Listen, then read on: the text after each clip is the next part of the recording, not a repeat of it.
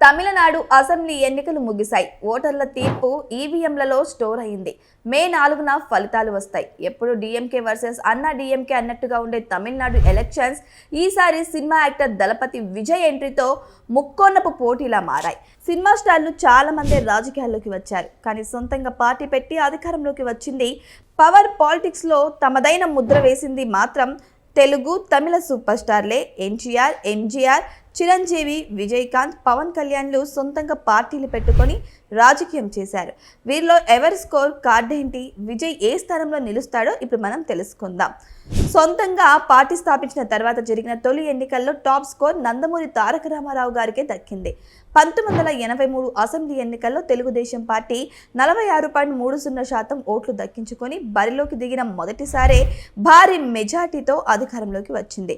Second ప్లేస్లో పురుచి Thalaivar MG Ramachandran ఉన్నారు. కరుణానిధితో విభేదాల కారణంగా డీఎంకే నుంచి బయటకు వచ్చి అన్నా డీఎంకే పార్టీ స్థాపించిన ఎంజీఆర్ 33.52% ఓట్లతో పోటీ చేసిన తొలిసారే అధికారం దక్కించుకున్నారు. ఎన్టీఆర్, ఎంజీఆర్ తర్వాత మెగాస్టార్ చిరంజీవి ముచ్చటగా 3వ ప్లేస్లో ఉన్నారు. 2009 ఎన్నికల బరిలో దిగిన చిరంజీవి ప్రజారాజ్యం పార్టీ 16.38% ఓట్లు దక్కించుకొని 18 అసెంబ్లీ స్థానాలు గెలుచుకుంది. ఆ ఎలక్షన్లో ప్రజారాజ్యం పార్టీ ప్రభావంతో టీడీపీ ఓడిపోయి కాంగ్రెస్ పార్టీ గెలిచిందని విశ్లేషకుల అభిప్రాయం.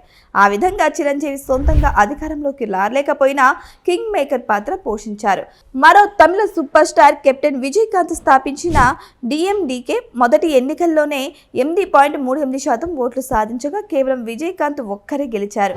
పవర్ స్టార్ పవన్ కళ్యాణ్ జనసేన పార్టీని 2014లో ప్రారంభించిన 2019 ఎన్నికల్లో పోటీ చేశారు.